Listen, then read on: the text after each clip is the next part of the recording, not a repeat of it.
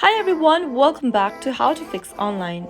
In today's video, I'm going to show you how to fix a reverse image on TikTok. Watch the video till the end and don't forget to subscribe to our channel by hitting that subscribe button. Press the notification bell icon so that you'll never miss another upcoming upload from us. If you see a reflected version of yourself while looking on your TikTok camera, then in that case, you can easily fix the reversed image with a few simple steps. The first thing to do is to make sure to open up your TikTok app. Also log into your account and simply go and tap on the plus button at the bottom of your screen. This will open up your camera. Now go to the effects button at the bottom left and tap on the search icon. Type in inverted in the search box and select the effect that says inverted at the very top.